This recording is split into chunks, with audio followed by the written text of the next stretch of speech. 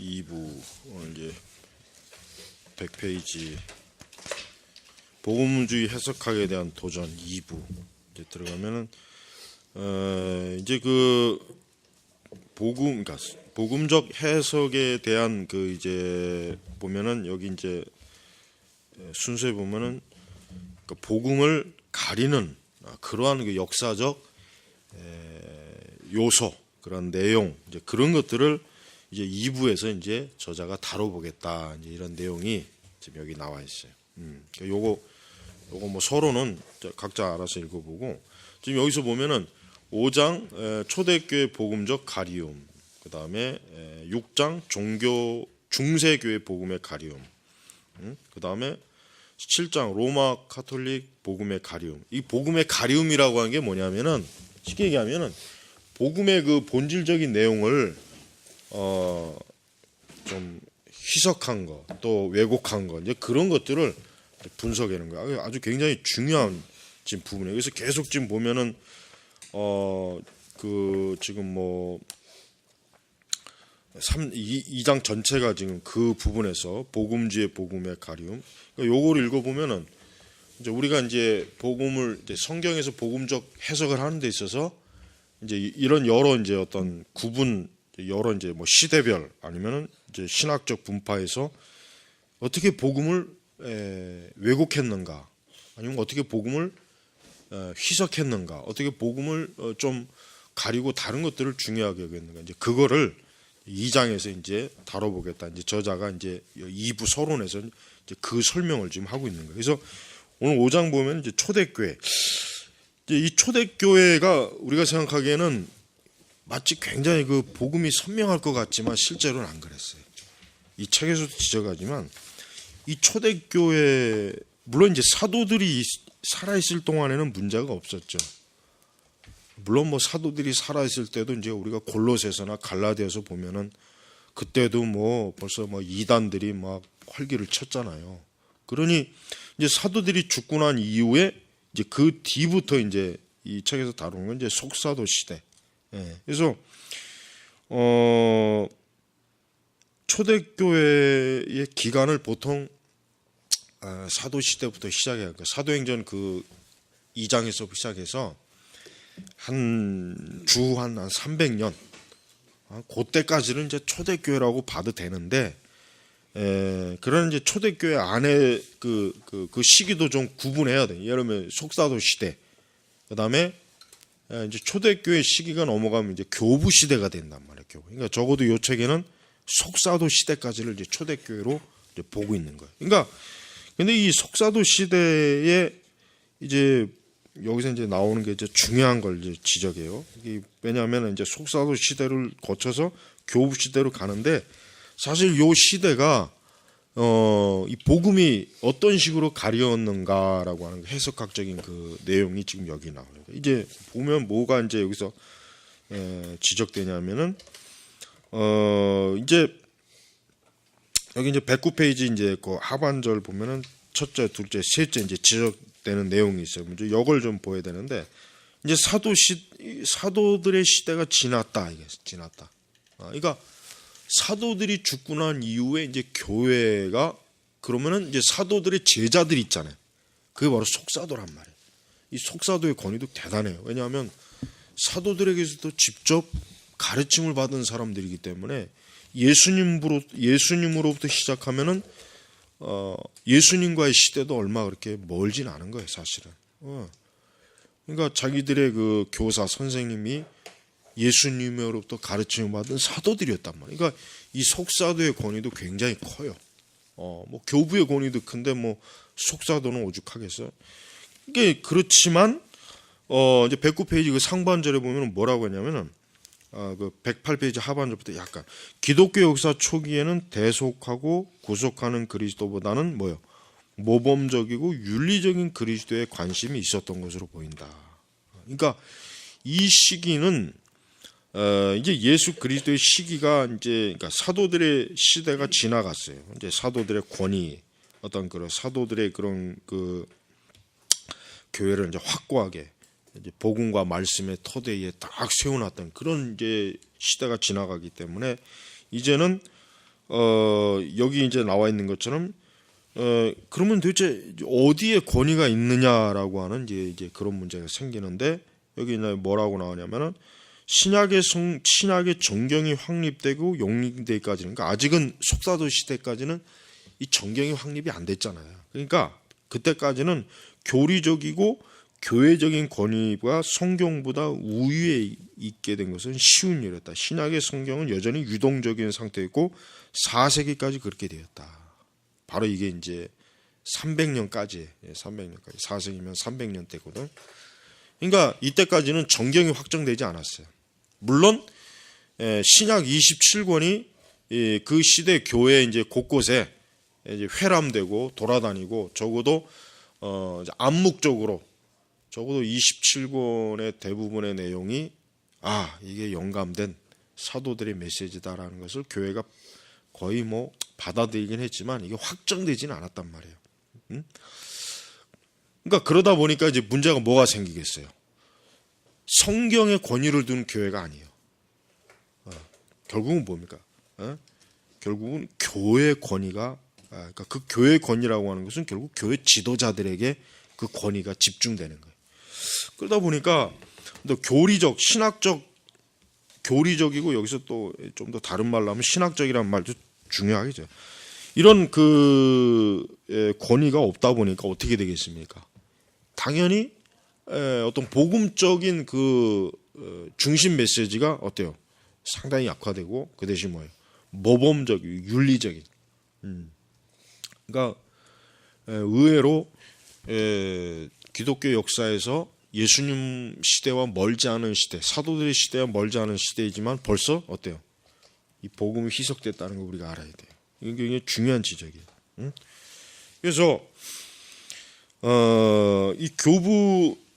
이 속사도들은 예수님의 그 제자들에게서 직접 예수님에 대해서 주로 예수님이 어떠한 일을 하셨고 어떠한 이적을 베푸셨고 어떠한 교훈 이런 것들을 분명히 배우고 들었겠지만은 그러나 이들은 그 예수 그리스도의 그 복음에 집중하기보다는 좀 더 그럼 어떻게 하면 기독교인으로 올바로 믿고 살아갈 것이냐 이제 여기에 좀 많이 그러다 보니까 지금 109페이지 보면은 이제 클레멘트와 이 디다케 보면은 윤리적인 교훈에 이제 역점을 준다 이거네. 그다음 이그나티우스도 역시 7편지가 뭐예요? 도덕적인 주제들 여기에 이제 많이 이제 치우쳐요. 그러니까 복음 중심에서 이동하여 그리스도인 행동으로 크게 강조하는 곳으로 움직이는 경향은 새로운 현상이 아니었다.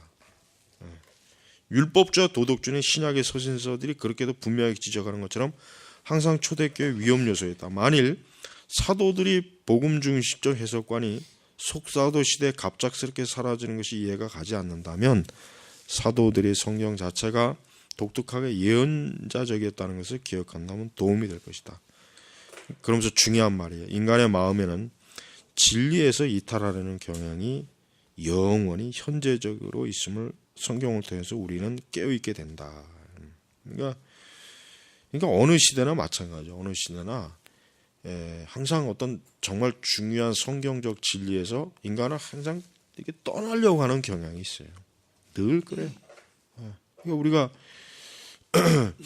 지금 뭐 종교개혁이 일어나고 한 이제 뭐 거의 500년 가까이 되지만 기독교 역사를 보면은 지금 시대는 벌써 이미 종교개혁자들의 가르침이 거의 지금 사라지는 시대예요. 무시되는 시대란 말이에요. 지금은 오히려 이제는 뭐 가톨릭과 다시 하나가 되자라고 하는 이런 운동이 지금 벌어지고 있는 거 봐요. 그러니까 인간의 마음이라고 하는 것은 항상 진리에 고정되기보단 떠나려고 하는 마음이 많은 거예요. 그래서 여러분 우리가 교회에서 교리 교육을 반복적으로 시켜야 될 이유가 왜 있냐면은 교리 교육을 반복적으로 시키지 않으면 어떻게 되냐면은 그 교리에서 나중에 떠나요. 교리를 배웠다고 해서 이제 굳건하게 교리에 서 있어야지 천만에 교리에서 떠나요. 그래서 여러분 화랑개혁주의회 같은 경우는 그 예배 그러니까 주일 오후에 그 보면은 항상 그 하이델베르그 교리문답을 반복해서 가르치라. 반복해서 늘. 그 왜 그러냐면은 그것을 반복적으로 가르치지 않으면은 어때요? 떠나거든. 떠난단 말이에요. 이게 인간의 본성이에요, 본성. 그러니까 우리가 사실은 물론 뭐 성경적 설교가 항상 중요하죠. 이제 그 설교가 이제 계속 제일 중요한데 이 벌써 이제 이런 그 속사도 시대 이런 때 보면은 사실은 사도들이 그 복음에 벌써 이미 많이 이탈된 시대예요. 그러면서 이 디다케가 지금 가서 디다케가 이게 지금 번역이 되어 있는지 모르겠네. 이게 디다케 교훈을 보면 순전히 뭐 꼭 그리스도를 본받아 그런 그런 내용에 비슷한 그리스도는 어떻게 살아야 된다 어떻게 이런 내용이 주를 이루지 예수 그리스도의 속죄 대속 이런 거에 대해서는 거의 침묵하고 있다고요. 물론 이제 이 시대의 사람들이 대부분 다 예수 그리스도의 속죄와 대속에 대한 희생 이 믿음이 뭐 굳건하고 또 그거에 대한 그 지식이 또 충만할 수는 있어요. 그러다 보니까 이제 항상 그리스도인다운 어떤 윤리적 도덕적 삶을 강조한 이유도 있겠지만은 그러나 이것은 좋은 형상이 아니죠. 언제나 교회는 어때요? 이 복음이 항상 선명하게 잘 가르쳐져야 돼요. 그러니까 두 번째는 또 뭡니까? 정경의 문제가 여전히 유동적이고 복음과 사도적 교리가 히브리 성경과 가지는 관계가 문제가 되었다. 이게 아까 내가 우리 이전 시간에 얘기한 것처럼 이제 이 시점에 이제 그 교회는 구성원이 다 누구예요? 이방인이에요, 이제는. 초기에 그 구성원인 다 유대인들이었지만은 점점 시간이 지날수록 어때요? 유대인들은 사라지고 이방인들이 이제 교회 구성원에 거의 다 차지하다 보니까 무슨 문제가 생기냐면은 이제는 그러면 구약 성경이 신약의 그 사도들의 그 가르침과 뭔 상관이냐, 무슨 관계가 있냐, 무슨 연속성이 있느냐라고 하는 뭔가 미묘한 이게 대척점이 생겨요. 그러다 보니까 이제 그 구약 성경에 대해서 이제 구약 성경을 이제 뭐 없애버리자, 그게 뭔 필요가 있느냐, 뭐 이런 이단들이 나타나서 그들이 막 이제 교회를 혼란스럽게 하죠. 세 번째는 주석을 하고 교회를 위해 성경을 해석하는 것이 완성되지 않았다. 이게 이 시대의 가장 큰 문제가 이거 신학이 아직 형성이 되지 않았다. 이게 신학이. 여러분 신학이라고 하는 것은 진짜 중요해요. 그러니까 참 이게 지금 고질적인 문제가 뭐냐면은 우선 목회자들부터가 이 생각 자체가 뭐냐면 신학은 목회 별로 뭐 도움이 안 된다. 뭐 신학은 그냥 목회자가 되는 과정에 그저 거치는 하나의 코스지 뭐 신학이 뭐 굳이 필요가 있느냐 하는 그게 우리 한국 교회가 특히 더 심해. 특히 더 심하다. 특히. 뭐 학교에서도 신학을 엉터리로 가르치지만은 신학이 왜 중요하냐라고 하는 그 우선 신학의 어떤 중요한 면을 모르는 거예요. 이건 굉장히 심각한 거예요. 그러니까 벌써 이 시대가 어때요? 아직 성경 사실은 이 시대에 무슨 뭐 주석이 뭐가 있겠어? 뭐 요한복음 주석이 있겠어? 뭐가 있겠어? 없죠. 그냥 그 성경이 있고 그것조차도 아직 정경으로 확정되지 않았으니까 그 당시 교회들은 분명히 어땠을 거예요? 이런 한 권의 성경을 가지고 있는 게 아니라 그냥 사도들의 서신, 그것도 베껴 쓴 그 사본들, 그걸 이제 읽어주고 그냥 약간의 부연 설명하는 정도의 그 설교가 그 시대는 초대교회는 그 정도밖에 안 됐단 말이에요. 그러니까 신자들이나 가르치는 목회자들이나 어때요? 상당히 본래 그 메시지의 중심을 전혀 이해를 못한 거예요. 이게 굉장히 심각한 거죠.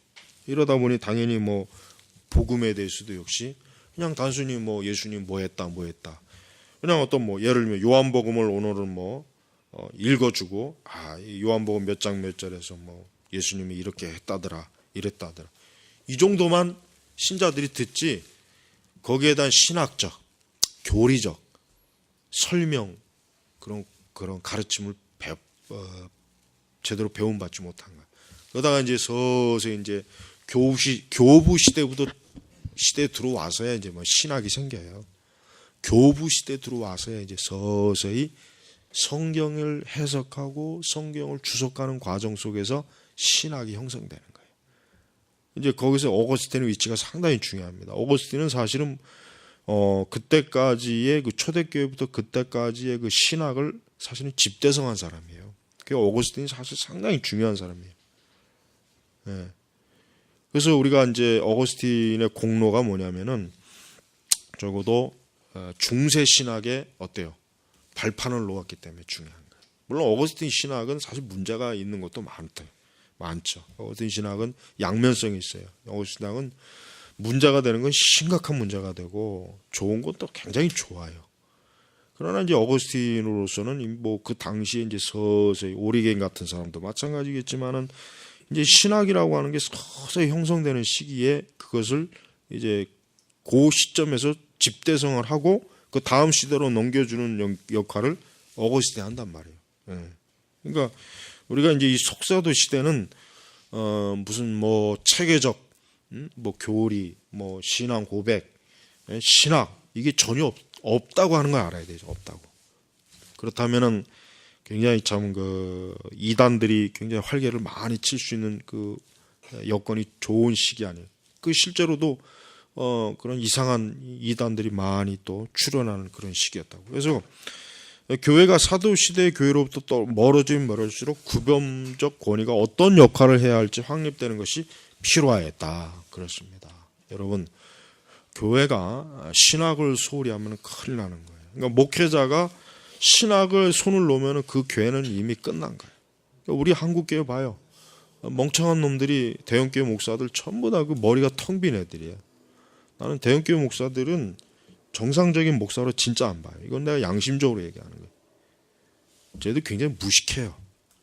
대형교회 목사들 굉장히 무식합니다. 목회 테크닉만 있지 실제로는 무식해.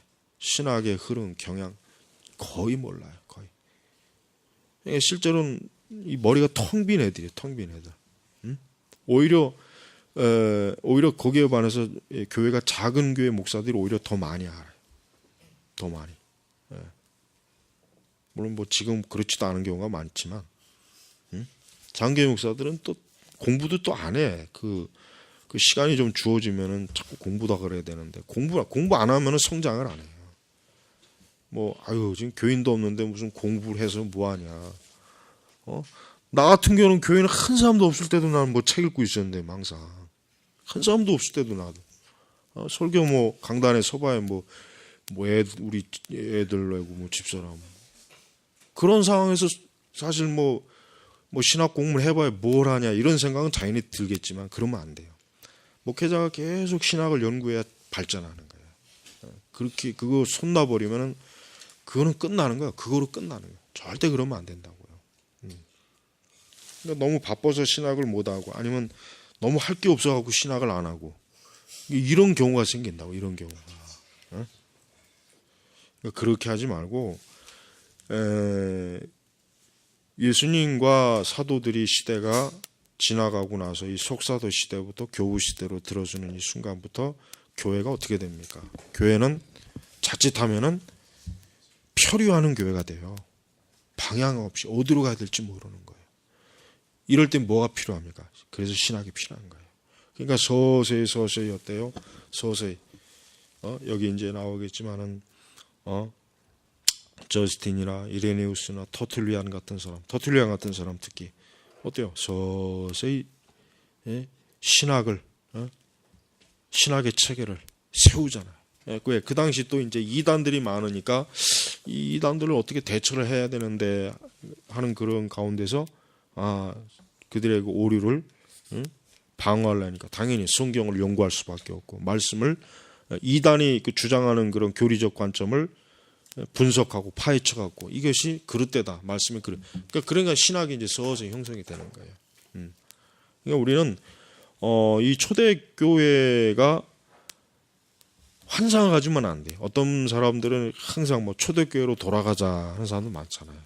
그건 멍청한 놈들이에요. 그거는 초대교회가 뭔지도 모르는 애들이 그냥 망상해 순진한 거예요. 순진한 거. 뭐 초대교회가 완전한 줄 알지만 초대교회는 굉장히 엉성해요. 굉장히 엉성하고 좀 문제가 많아도 이단도 많고 그 시대의 성직자나 교인들은 굉장히 그냥 성경 그 자체만 그냥 좀 뭐 읽을 뿐 전혀 어떤 체계가 거의 없었다고요. 그러니까 그 시대로 뭐하러 돌아가냐? 그 시대로 돌아가서 뭐 하려고?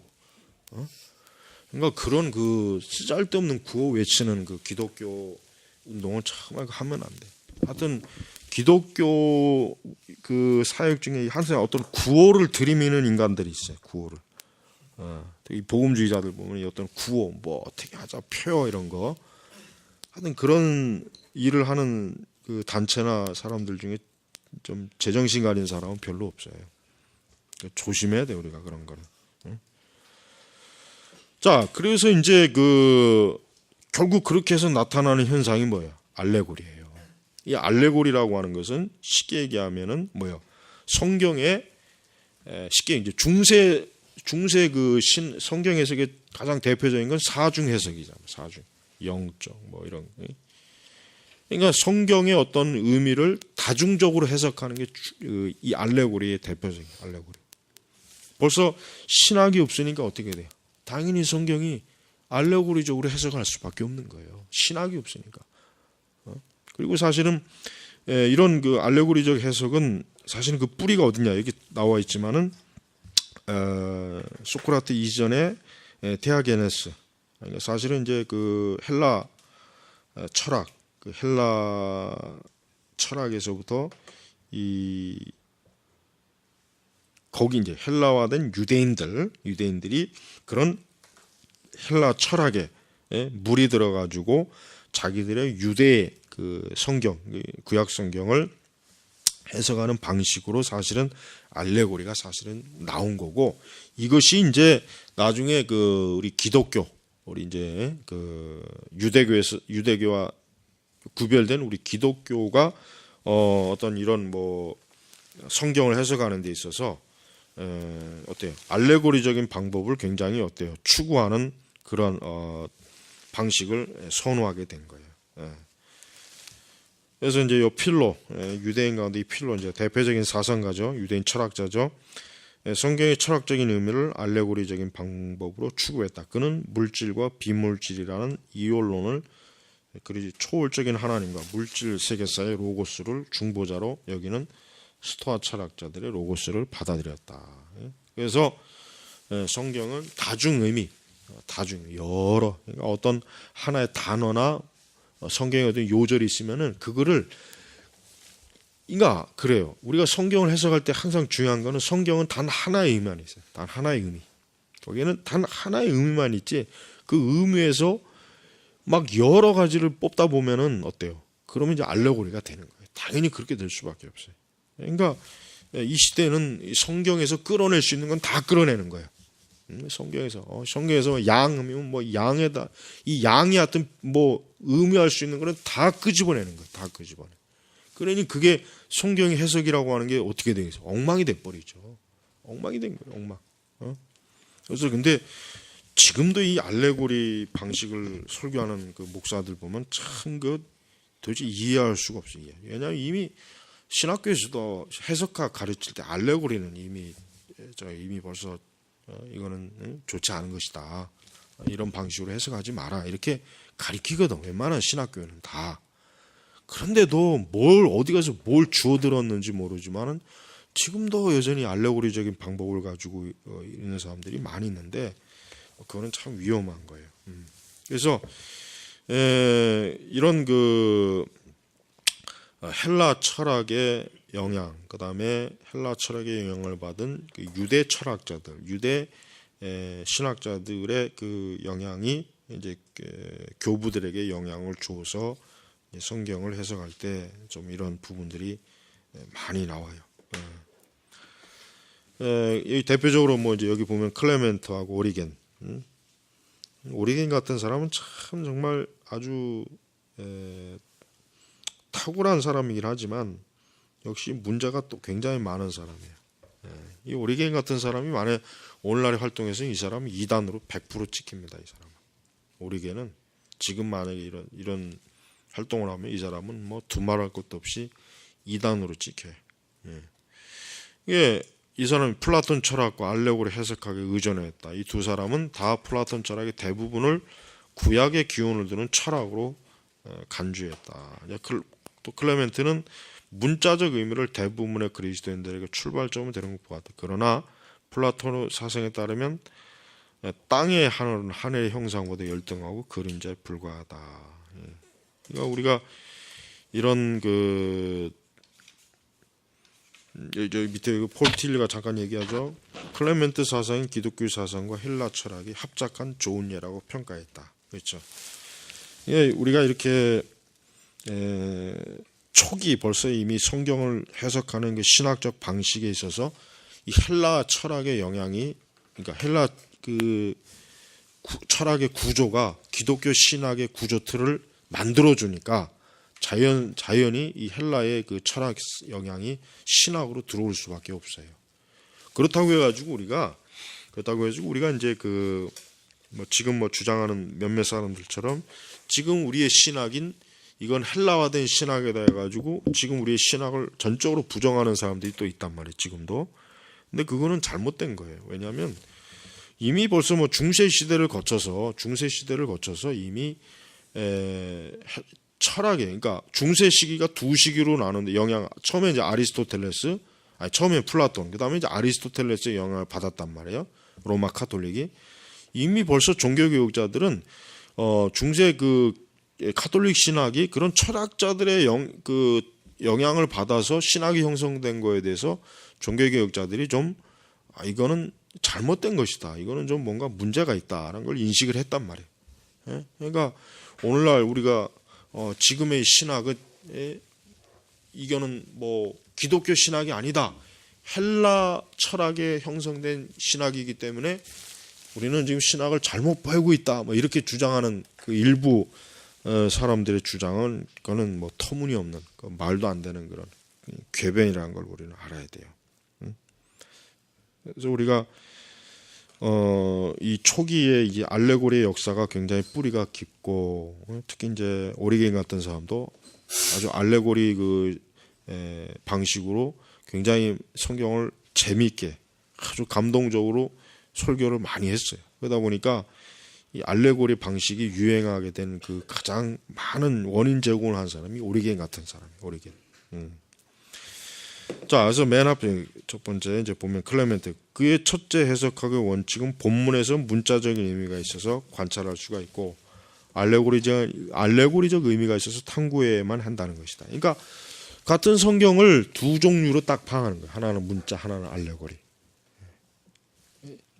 근데 그러니까 정상적인 해석이라면은 문자적인 해석만 해야지. 알레고리는 들어가면 안 되지.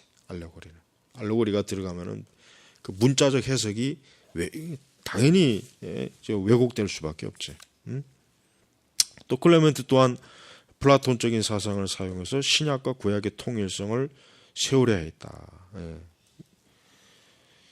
이 세 가지 주요 방법들을 사용 클레멘트는 5가지 해석의 관점이 이랬다. 본질적으로 문자적 방법은 역사적이고 교리적 해석을 낳고, 모형론은 선지적 해석을 낳고, 알레고리는 철학적 신비적 해석을 위한 대들보가 되었다.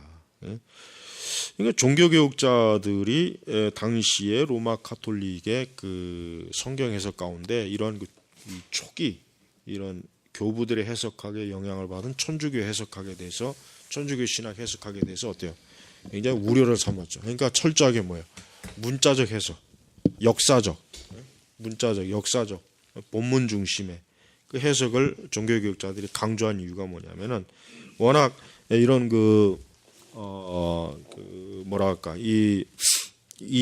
벌써 이미 오랜 속사도나 교부 시대를 거쳐서 벌써 너무 이런 다중 의미의 성경 해석을 끌어들이는 것 때문에 천주교가 그렇게 더 타락했겠다는 것을 그는 그 종교개혁자에 지적하는 거예요.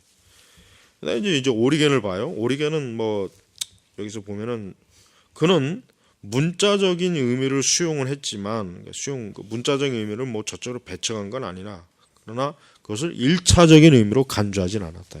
아까 얘기했지만은 오리겐은 아주 이 풍유 해석의 대가예요, 대가. 이 사람은 대가라고요. 그래서 성경의 세 가지 의미, 문자적 혹은 육체적, 도덕적 혹은 영혼적, 알레고리적 혹은 지적 의미가 있다고 했다. 그의 방법문에 진행되는 토대는 다음과 같다. 모든 본문에는 알레고리 해석이 필요하므로 더 깊은 뜻이 있다. 이게 첫 번째. 그러니까 이 사람이 그러니까 이런 풍요, 알레고리적인 걸 우선시하는 사람은 성경 읽으면은 그 성경을 어떻게 하면 더 신비적이고 더 어떻게 하면 영적으로 풀어볼까 여기에 골몰해요. 여기에 골몰한다고. 그러니까 본래 말씀하신 그 말씀의 의미를 파악을 하기보다는 그 단어나 특히 단어 문장에 있어서 어떻게 하면 여기서 뭔가 신비적인 거를 해석을 좀 끌어들여 볼까 그 생각을 가장 우선시하는 거예요. 그러니까 오리겐은 그걸 첫 번째 놨다. 그걸 제일 중요했대. 두 번째는 하나님께 합당하지 않은 것은 어떠한 것도 하나님에 대하여 언급되어서는 안 된다. 세 번째, 진리의 규칙에서 반대하는 건 어떠한 것도 인정돼서는 안 된다. 그러니까 두 번째, 세 번째는 뭐 그래도 건전한 건데 이제 첫 번째는 이제 이런 결국 첫 번째가 잘못되면 두 번째, 세 번째도 결국 잘못되게 돼 있어요. 그러니까 첫 번째 성경 해석 원리가 잘못되면 그 잘못된 해석 원리에서 두 번째, 세 번째가 세워지기 때문에 어때요? 역시 문제가 생기는 거예요. 이거 조심해야 된다고요. 그래서 알레고리는 그러니까 오리겐은 이 전통 거기에 굉장히 많이 치중했다 이렇게. 그래서 이제 그 길리안 에반스에 따르면 오리겐은 다음과 같이 성경 연구에 대한 근본 원리를 세웠다. 이게 오리겐의 성경 연구 원리인데 우리가 이제 본받을 만한 건 없어요. 물론 부분적으로는 있지만 성경은 통일성이 있으나 성경 연구하는 데는 알레고리적 방법이 필요하다. 이 통일성이 있다는 얘기는 맞아요. 그러나 알레고리적인 방법은 사실은 중요하지 않아요. 근데 이제 로이드 존스의 그 설교 중에 그 설교가 뭐냐, 그 부흥설교. 그 부흥설교가 사실은 지금 어떤 비판을 많이 받냐면은 그게 알레고리적인 해석이라는 비판을 많이 받아요. 사실 읽어보면은 그런 요소가 없지는 않아요. 그 부흥설교를 가만히 읽어보면 좋기는 한데 내가 볼 때는 로이드 존스 목사님 그러니까 꼭 로이드 존스가 그 설교 같지가 않다는 생각이 들어요, 사실은. 너무 좀 과도하게 이삭의 우물 그거를 좀 지나치게 너무 좀 이렇게 한 것 같아요. 그러니까 이제 알레고리가 뭐 청교도들은 또 알레고리를 부분적으로 사용했어요, 청교도들이 알레고리를 전적으로 거부한 건 아니에요. 청교도들의 책들 읽어보면은 굉장히 그 알레고리를 참 기가 막히게 좀 이렇게 차용을 했다. 그렇게 볼 수 있는 그 설교들이 많이 있어요. 스펄전도 그런 게 있어요. 스펄전 설교도 알레고리적인 요소가 상당히 그 설교 속에 참 이렇게 많이 좀 이렇게 뭐 이렇게 완전히 많이 드러나는 건 아니지만은 그런 요소가 곳곳에 있다는 것은 분명히 알 수 있어요. 그래서 이제 알레고리적인 방법이 이제 우리 개혁주의자들은 아주 완전히 배척을 했어요. 이제 종교개혁주의자들은 이 알레고리적인 성경에서 완전히 배척했어요. 그래서 칼빈의 설교집을 읽어보면은 전혀 없어요. 전혀 이 풍유적인 해석이 없어요. 그러다 보니까 이제 칼빈의 설교를 좀 건조하다. 칼빈의 설교가 좀 뭔가 모르게 좀 이게 좀 메마르다. 뭐 이런 비평을 하는 사람도 있는데 그만큼 종교교육자들은 중세의 그 성경 해석 방식인 풍유 해석을 아주 굉장히 막 뭐랄까 굉장히 아주 나쁜 성경 해석으로 그렇게 이제 봤다고 해도 틀림이 없습니다. 두 번째는 성경은 어디에도 장황하지 않다. 세 번째, 성경에는 점진적 계시가 있다. 아리우스가 교회 가르침에 도전할 때 아다나시우스는 오리겐에게서 가져오는 방법을 사용하여 응수했다. 그는 성경 전체를 신약으로 해석했고 신약을 요한복음으로 해석했다. 그는 알레고리보다 유비를 더 사용하는 경향이 더해졌다. 믿음의 규칙은 오리겐보다는 아다나시우스에게서 점점 더 힘을 하게 되었다.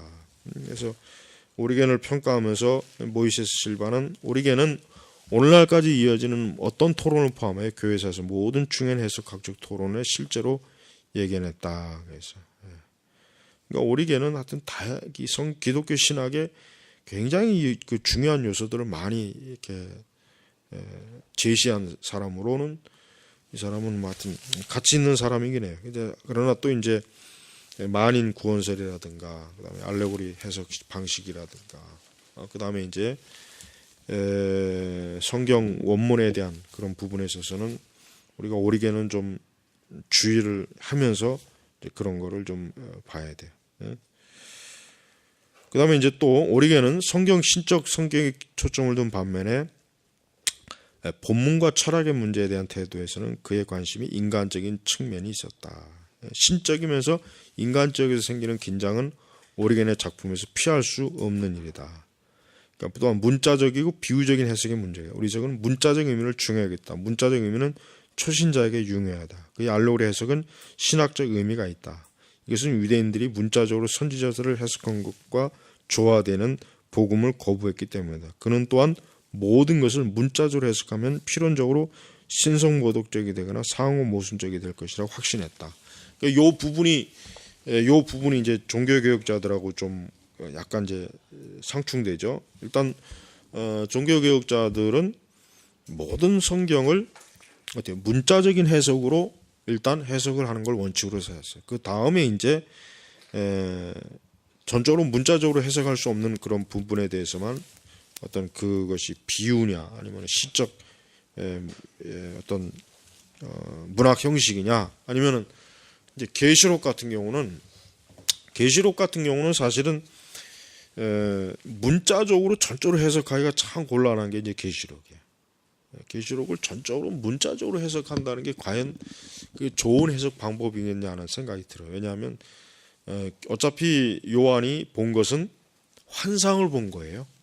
환상을 본 거지 실체를 본 게 아니란 말이에요. 분명 하나님께서 요한에게 계시할 때 요한이 그 환상을 통해서 마지막 종말의 메시지를 깨닫고 알게 하기 위한 목적이 있는데 그게 바로 그 계시의 전달 방식에 있어서 문자적으로만 이해할 수 있도록 한 것이 아니라 분명히 뭐예요? 어느 정도 그 부분적으로 뭐 재앙이 일어나는 거, 뭐 여러 현상들이 있을 때 분명히 어떤 풍유적 그런 것도 조금씩 보인다 이렇게 우리는 알 수 있습니다. 자 그리고 오리겐은 이제 하나님의 말씀 자체에 대한 뭡니까? 하나님 말씀의 제에 대해서 오리겐은 신비적인 의미를 중요하게 여겼다 이거죠. 그러니까 말씀 자체를 오리겐이 굉장히 어때요? 신비주의화된 그런 말씀으로 이해를 하면서 그렇기 때문에 그는 알레고리 해석을 하는 것을 멈추지 않은 이유가 말씀 자체가 인간이 꼭 이성적으로만 받아들일 수 있는 것을 뛰어넘는 그러한 요소가 있다. 마치 에스겔서의 그 말씀처럼 에스겔서의 그 눈이 많이 달린 바퀴가 막 그런 걸 어떻게 문자적으로 해석할 수가 있느냐. 사실은 그거는 뭐 맞는 얘기긴 해요. 그래서 이런 부분에 있어서 이제 오리겐은 좀 우리가 이제 그의 좋은 면은 받아들이고 그가 나쁜 면은 좀 이렇게 좀 구분을 할 수 있는 분별을 할 수 있는 게 필요합니다. 네 번째는 모형론과 안디옥 사람들. 네 번째 모형론과 안디옥 사람들. 이 모형론 우리가 이제 이 모형론이라고 하는 것은 이것도 은연중에 사실은 문자적인 해석은 아니에요. 모형론 자체가. 모형론 자체는 전형적으로 이것도 어떻게 보면 풍유 해석법의 하나의 지루에 해당될 수 있어요. 왜냐하면 구약에서 어떠한 인물, 어떠한 사건의 모형이 신약에서 어떠하게 실제로 이루어진다. 거의 대부분 모형론은 뭐 여기에 근거를 둔 거기 때문에 모형론 자체도 우리가 이거를 바르게 알아두지 못하면 잘못하면 아주 이상한 모형론이 될 수가 있어요. 이단들은 아마 이 모형론을 가지고 아마 제일 자신들의 그 이단의 그 교리를 잘 써먹을 거예요. 뭐 신천지라든가 뭐 이런 안상홍이나 뭐 이런 거. 자, 그래서 안디옥파를 살펴보겠는데 실바의 경고를 염두에 두자. 오리겐과 안디옥파 서로 다른 두 입장을 나타내 서로 배타적이라고 생각하는 건 너무나 단순한 생각이다. 그러니까 오리겐은 이 안디옥과 그러니까 오리겐은 주로 어때요? 아프리카 쪽, 북아프리카 아니 그쪽 그 계열, 이런 알렉산드리아 계열 그리고 안디옥은 말 그대로 그냥 안디옥 학파라고 할 수도 있고, 근데 브로즈는 두 학파에 있는 공통적 원리를 뭐라고 지적했냐면 교부들에게는 본문이 있는 비문자적 의미는 항상 정통신앙 고백과 그리고 교회의 교통과 관련이 있다. 그러니까 교부들은 이 성경 본문 자체를 성경 본문에 있는 비문자적 의미, 그러니까 비문자적 의미라는 게 뭘 얘기하겠어요? 영적인 의미, 또 어떤 비유적 의미, 아니면 또 뭐죠? 풍유적 의미. 이거는 항상 정통신앙 고백과 그리고 교회 교통과 관련이 있다. 그래서 이 본문의 해석에 있었을 때 비문자적 의미는 자칫하면은 어때요? 우리의 신앙 고백을, 정통신앙 고백을 크게 훼손할 수도 있어요. 크게 훼손시킬 수 있고, 또 아니면은 그것이 어떤 뭐 교회의 어떤 영적인 그런 어떤 열매에 있어서 또 좋은 열매를 맺게도 할 수 있다. 좀 이런 관점을 보는 거예요. 그러나 이제 안디옥 학파의 특징은 뭐예요? 역사적 확신에 있다 이거예요. 그 시슬톤이 얘기하는 거죠. 안디옥 교부들 가운데는 역사를 더욱 강조한 측면이 있고 의미에 대해서는 비교적 회의적인 측면이 남아 있다. 그래서 이 안디옥 학파는 어떻게 보면 종교개혁자들은 안디옥 학파에 더 많은 영향을 받았다고 할 수가 있어요. 안디옥 학파에. 그러니까 성경을 그러니까 그 의미를 파악하는 데 있어서 역사적 그 토대 그것을 바라보면서 그것에 의해서 이제 성경을 해석하는 것이 안디옥 학파의 특징이다. 이렇게 나오지만 오리겐은 역사적 의미를 별로 중요하게 여기지 않았어요. 오리겐은 이 역사적 의미에 대해서 전혀 거기에 어떤 무게, 거기에 어떤 중심을 두지 않고 한 사람이기 때문에 당연히 풍요 해석법을 좋아할 수밖에 없죠. 그의 그 성향으로서는. 그래서 그 작은 글자를 보면은 안디옥의 모형론에서는 구원사라는 수평면의 모형과 모형의 성취 사이를 비교할 수 있는 원리로 널리 퍼졌다. 성경의 세 가지 의미에 관련한 오리겐의 기질에 있어서 그리스도와 구약의 다양한 인물들이라는 공통적인 특징을 전통적인 수직적인 문화 인류학의 모든 차원에서 발견할 수 있었다. 따라서 모형론은 시간과 공간의 영역에서 구원이라는 보편성을 강조한 결론 지을 수 있다. 구원은 인간 존재의 모든 존재의 범위를 대상으로 한다. 알레고리는 인간 완전성의 모든 단계는 각각의 인간에 관한 구원의 보편성을 강조한다. 즉 구원은 모든 인간을 개인으로 다룬다.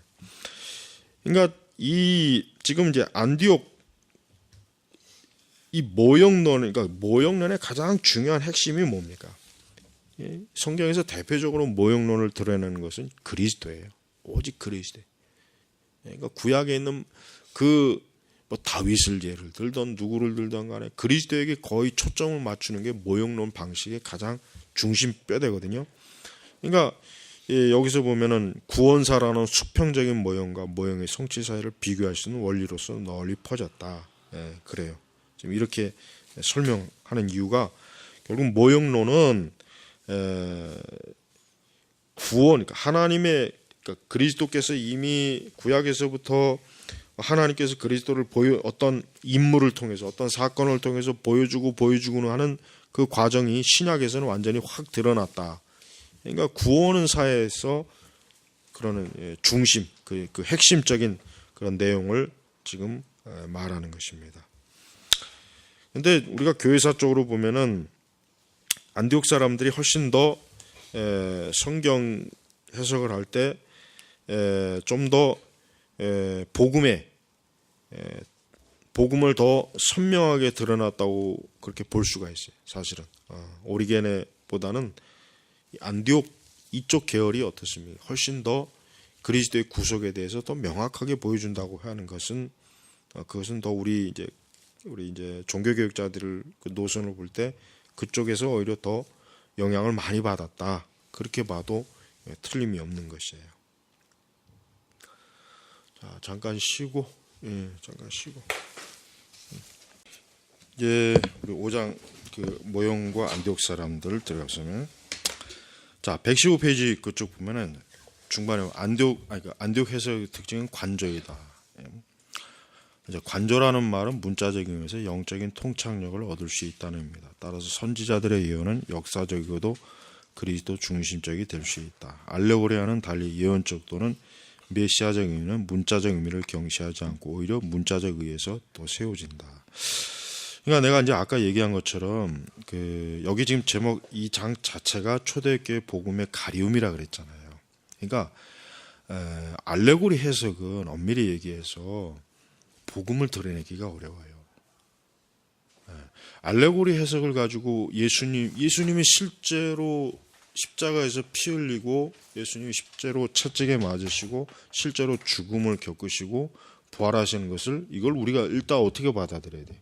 문자적으로 받아들여야 되는데 이렇게 문자적으로 받아들이는 것은 말 그대로 역사적인 거고 그렇다면은 우리가 교회에서 예수님의 예수님의 십자가의 구속의 죽음에 대해서 우리가 설교할 때 우리는 이것을 문자적으로 역사적으로 설교하고 가르치는 것이 이게 1차적으로 중요한 것이죠. 당연히 그렇게 이해돼야 돼요. 듣는 사람들이. 그러나 이것을 알레고리적으로 해석하게 되면 어떻게 되면 무슨 문제가 생기냐면 특히 이제 가장 큰 문제는 이런 역사적 근거가 자꾸 희석되는 거예요. 그러니까 알레고리 해석을 즐겨 사용하게 되면 제일 큰 문제가 뭐냐면은 성경이 기반으로 하고 있는 역사적 근거 토대가 어때요? 이것조차도 만약에 알레고리적으로 이해하게 된다면 성경은 단순히 신화집이 되는 거예요. 신화집. 예를 들면 우리가 다른 어떤 신화의 역사적 근거가 없어요. 예를 들면 그리스 로마 신화, 무슨 유럽 신화, 북유럽 신화, 이런 신화들이 언제 정확하게 그 연대가 언제 이런 사건들이 일어나느냐. 그거는 전혀 거의 별로 중요한 그게 아니거든. 그걸 모른다고 해서 그 신화를 읽는 사람이 그 신화의 의미를 놓치는 일은 없어요. 마찬가지로 우리가 이 성경이라고 하는 것도 중요한 게 뭐냐면은 성경은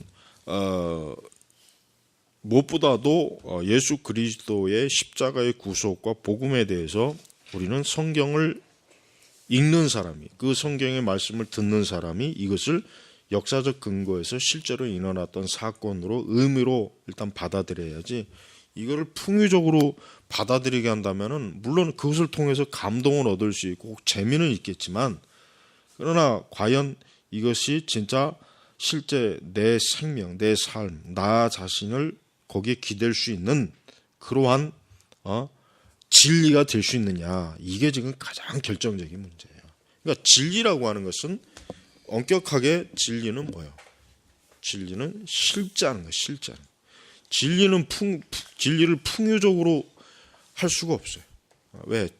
실제하지 않는 건 그렇게 해도 괜찮아요. 그러나 진리는 어때요? 성경의 진리 자체는 어때요? 복음은 이거는 실제하는 것이기 때문에 풍요적으로 자꾸 끌고 가다 보면은 결국은 기독교의 그 교리나 기독교의 설교 이런 것들은 자칫하면 어떻게 돼? 웃음거리가 돼.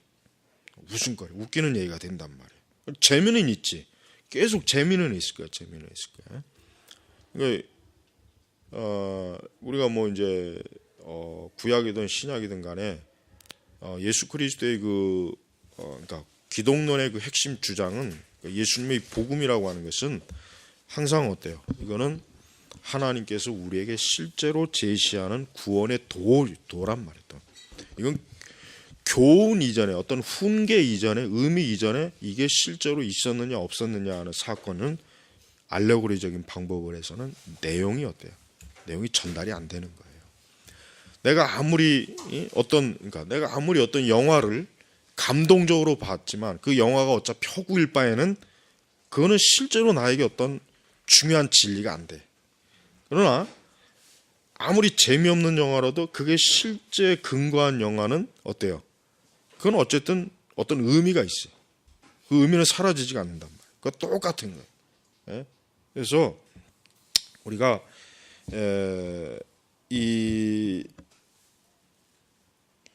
여기 나와 있죠. 안디옥인들은 알레고리 방법이 쉽게 없애는 모형과 원형의 유기적 관계를 강조한다. 그러니까 우리가 모형론에서 가장 중요한 게 뭐예요? 원형이 중요한 거예요. 아니야, 원형이 중요한 게 아니라 그러니까 원형이 중요한 거지. 원형. 그러니까 모형은 실제로 드러내고 싶은 분은 예수님인데 예수님을 드러내려고 하는 모형은 사실 뭐 2차적인 중요하지. 예를 들면 구약에서 솔로몬의 지혜다 그러면은 사실 솔로몬도 예수님의 모형이단 말이에요. 모형, 지혜. 그러나 더 중요한 거는 예수님이 중요한 것이지 솔로몬이 중요한 게 아니거든요. 중요한 게 아니란 말이에요. 그래서 이 안디옥 사람들은 이 알레고리 방법이 쉽게 없애는 모형과 원형의 위적 관계. 그러니까 이 알레고리 방법은 모형과 원형을 막 뒤섞여 버리는 거예요. 뒤죽박죽 해버리는. 그러나 이제 안디옥인들은 이런 부분들을 좀 구분할 줄 아는 그러한 신학 해석 방법을 저들은 추구했다. 이제 여기 뭐 잠깐 이제 뭐 나오는데 이제 크리스토스톰이 가장 그 뭐 이제 초기에 그 좀 황금의 입이라고 그러죠. 황금의 입. 그만큼 이제 설교가 굉장히 뛰어났다. 이제 이 크리스토스톰은 어때요? 여기 보니까 비평적, 문자적, 문법적이고 역사적 핵심 관심이 있었다. 이 크리스토스톰이 왜 그 당시에 설교가 왜 뛰어나냐 하냐면은 그 당시 대부분의 설교자들은 알레고리적인 방식으로 어떤 성경의 교훈을 드러내려고 했지만은 크리스토스톰은 어때요? 여기 나와 있는 거죠. 비평적, 문자적, 문법적, 역사. 이게 뭐예요? 종교 교육자들의 성경 해석과 정확하게 일치하잖아요. 그러니까 우리가 이 크리스토스톰은 굉장히 그 성경을 본래적 의미로 파악하기를 힘썼던 설교자예요. 그래서 우리가 이 크리스토스톰의 그 설교가 참 지금 우리가 읽어도 전혀 어색하지 않은 이유가 뭐냐? 이러한 성경 원리를 가지고 설교했기 때문에 그래요. 그렇지만 그 중세 시대의 그 네 가지 사중적 의미를 가진 설교는 지금 읽어보면 완전히 우화, 굉장히 웃기는 얘기고 우화하고 말도 안 되는 그런 유치한 그런 해석밖에 안 돼. 그러니까 그게 안 된다는 거예요. 그래서 116페이지로 넘어가면은 자 거기 넘어가는 모형론은 그리스도께서 사용하시는 구약의 역사적 유형을 찾지만 알레고리는 뭐예요? 언어와 개념이 유연하게 유사한 점에 근거를 둔다. 그렇죠. 그러니까 알레고리는 철저하게 쉽게 얘기하면은 말장난이에요. 사실은 알레고리는 가장 쉽게 하면 말장난이에요. 성경 해석을 자체를 말장난식으로 성경 해석하는 거예요. 이건 뭐 근데도 그 지금도 그 아까 얘기했지만 알레고리적인 해석을 즐겨하는 목사들이 있어요. 지금도. 옛날 목사님들이 참 그런 설교를 많이 한 거예요. 옛날 목사님들. 옛날 목회자들이 아주 알레고리를 그냥 그 구수한 옛날 이야기식으로 풀어내면은 성도들이 그 좋아했거든. 특히 시골에 있는 사람들은 아주 좋았다고 시골 할머니들은 아주 그런 설교로 굉장히 막 뛰어난 영적 설교로. 근데 그런 설교가 바로 뭐예요? 언어나 개념이 우연하게 유사한 점에 근거를 둔다. 그다음에 모형론은 역사적 해석에 의존하지만 알레고리는 뭐야? 그렇지 않다. 알레고리는 역사가 필요 없어요. 역사가 뭔 필요가 있겠어요? 그냥 그 의미를 어떻게 하면은 적절하게 끌어다가 그 사람들한테 마치 영적인 것처럼 포장을 해주면 잘 될. 그것이면 만사 오케이니까. 그러나 모형론은 원형이라고 하는 역사적 실체가 없으면은 모형론은 이루어지지가 않은 거예요. 그러니까 모형론이라고 하는 것은 분명히 그 모형이 되는 역사적 실체가 일단 있어야 돼. 일단 있어야 돼. 그래야 거기에다가 모형에 적용을 시켜서 그리스도를 드러내든 뭘 드러내든 드러내지. 안 그러면은 전혀 이 모형론은 어때요? 그게 뭐 설득력이 없다고. 아주 요게 지금 핵심적으로 잘 지금 설명해 놨다고 해도 틀림이 없어요. 그래서 이제 평가를 보면은 평가 뭐 이제 간단하게 이제 보면은 이제 초대 기독교 해석은 우리가 이제 아까 봤지만은 초기 교회는 117페이지 그 상반절에 보면은 복음 중심성에서 더욱 도덕적이고 심지어는 율법주의적 관심으로 변환이 되었을 때 기독교 초대 해석학에 무슨 일이 벌어졌는가? 자, 그래요. 그러니까 이 초대교회 복음의 가리움의 핵심적인 건 뭐냐? 그 복음이 왜 가렸냐? 무엇에 가렸냐 이거야. 도덕 중심적, 그다음에 율법주의적. 이 두 가지가 어때요? 이 초대교회의 복음에 가려는 장벽, 장애물이 여기에 다 있다. 여기에 다. 그다음에 이제 안디옥 학파와 알렉산드리아 학파 사이 실제 해석학이 균열이 생긴 것에 대해 어떻게 설명할 수 있을까? 이런 말보에가 성경 비평할 때 걔들이 안디옥 계열을 굉장히 강조를 많이 해요. 안디옥 계열을. 알렉산드리아 계열을 완전히 그냥 이 사이비 이단, 완전히 그냥 기독교를 말아먹은 집단으로 이렇게 막 얘기한단 말이에요. 그게 이제 왜 그러냐면은 이 알렉산드리아 계열 자체가 성경 해석 자체를 어떻게 해요? 이런 알레고리화하죠. 풍요, 어떤 성경 자체의 역사적 뿌리를 전혀 중요시 여기지 않는 상태의 그 신앙을 추구했기 때문에 이제 말부에서는 이제 그걸 얘기하는데 어느 정도 그 말이 사실 틀리는 말은 아니에요. 틀리는 말은 아니에요. 우리가 이제 여기서도 보지만은 우리는 좀 더 우리의 성경 해석이 이 알렉산드리아 학파하고는 좀 거리를 둬야 될 필요성이 있다는 걸 여러분이 꼭 알아야 돼요. 그리고 이제 여기 잠깐만 언급되지만 알레고리적 해석은 어때요? 가연설로 흐르는 경향이 당연히죠. 당연할 수밖에 없는 거. 왜? 역사적 뿌리에 대한 그 토대가 없는데 그 뭐 당연히 뭐 가연설로 가는 거는 뭐 그거는 정해진 코스예요. 정해진 코스. 또 결국 기독론에 큰 문제가 생기죠. 다른 한편으로 안디옥 학파가 네스토리우스주의로 가게 된 경우를 볼 때 성경의 두 가지 본질을 인정해야 되면부터 두 가지 분리하는 대로 로케해 나가니 얼마나 쉬운 일인지 알 수 있다. 안디옥 학파 해석은 문자적이고 영적인 해석의 통일성과 구별성을 인정했을 때 최고의에 달했다. 그렇죠. 그러니까 오늘 이 초대교회 복음이라고 하는 것은 사실 사도들로부터 분명히 복음은 잘 받았지만 그 복음을 어때요? 체계화할 수 있는 신학적 틀이 전혀 없었던 거예요. 그러니까 어때요? 교회가 이 복음을 이걸 어떤 형식에다 담아서 전해야 될지를 전혀 모르는 거예요. 가장 쉬운 게 뭐예요? 당연히 알레고리화 하는 거예요. 아니면 그러니까 율법이나 도덕주의 하는 게 가장 쉬운 거거든. 그거는 별로 어려운 게 아니란 말이에요. 그래서 우리는 이 117페이지 하반절에 보면 종교개혁자들은 위대한 교부들에 대해 치사 선택하였음이 분명하다. 그런데 복음적 해석자들은 종교개혁자들에게서 배워야 한다. 배워야 한다. 그 위에 또 올라가면 종교개혁자들이 특별히 칼빈이 초대 알렉산드리아 해석 방법으로도 시작해 중세 해석 가운데 많은 것들을 거부한 것은 분명하다. 그래요. 여러분 칼빈의 주석이나 칼빈의 설교를 읽어보면 알겠지만은 칼빈이 얼마나 극도로 어때요? 절대 이 풍요 뭐 이런 거에 아주 단호하게 딱 차단했어요. 차단했단 말이에요. 그래서 우리가 이 성경 결국 그때도 정상적인 복음은 뭐예요? 그리스도 중심적 성경 해석이어야 되고 그 그리스도를 어떻게 해요? 교리적으로 신학적으로 성경이 근거한 바른 주석과 주의에 근거한 그런 설교와 가르침이 있어야 되는데 어때요? 초대교회는 그게 없었다 이거예요. 그게 없고 그 대신 뭡니까?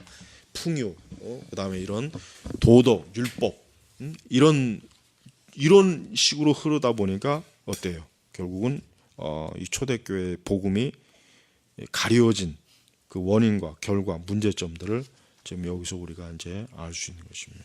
여러분도 요거를 다시 한번 잘 정독해서 이미 초대교회에도 이런 식의 좀 어려운 문제가 있었구나. 예. 근데 지금 이런 문제는 지금도 사실 나타나요. 이게 뭐 초대교회만 나타나요. 지금도 이런 문제점들은 나타나기 때문에 우리가 지금 아까 여기서 이제 결론에서 이제 저자가 말한 것처럼 오늘날 목회자, 교회, 또 복음주의자, 또 우리 개혁주의자들이 어떻게 해요? 종교개혁자들에게서 해석학법을 다시 배워야 돼요. 다시 그들에게 배우고 다시 그들이 어떻게 중세시대에 그러니까 초대교회부터 중세시대에 내려왔다는 그 아주 왜곡된 그러한 그 성경 해석에서 바르게 돌아왔냐 그걸 배워야 된단 말이에요. 그러니까 우리가 칼빈의 설교라든가 주석이 왜 중요하냐면은 여전히 그 설교나 주석이 오늘날 우리가 성경을 해석하는 데 있어서 중요한 지침을 여전히 오늘도 주고 있기 때문에 그래서 중요한 거예요. 여러분들이 이 부분을 좀 잘 좀 이해한다면은 좋은 공부가 될 거예요. 다음 시간에는 7장의 이제 중세 교회 복음의 가리움. 중세 시대는 과연 어떤 식으로 이 복음이 가리게 됐을까? 굉장히 흥미있는 그러한 내용이 됩니다. 그래서 여러분 이거 잘 읽어오기 바라요. 자, 기도하겠습니다. 하나님 아버지, 우리가 복음을 증거하고 말씀을 증거하고 가르칠 때 그와 같은 진리를 다양한 어떤 철학이나 사상이나 이념이나 어떤 잘못된 방식의 주해나 해석으로 가리지 않도록 저희가 명철한 말씀의 깨우침, 지혜로 참 이해할 수 있도록 도와주시옵소서. 오늘도 귀한 공부할 수 있게 하시니 감사합니다. 이번 학기도 저희가 이 모든 걸 잘 감당할 수 있도록 도우시며 더 열심히 공부할 수 있도록 은혜를 더해 주시길 원합니다. 감사하며 예수님의 이름으로 기도 올렸습니다. 아멘.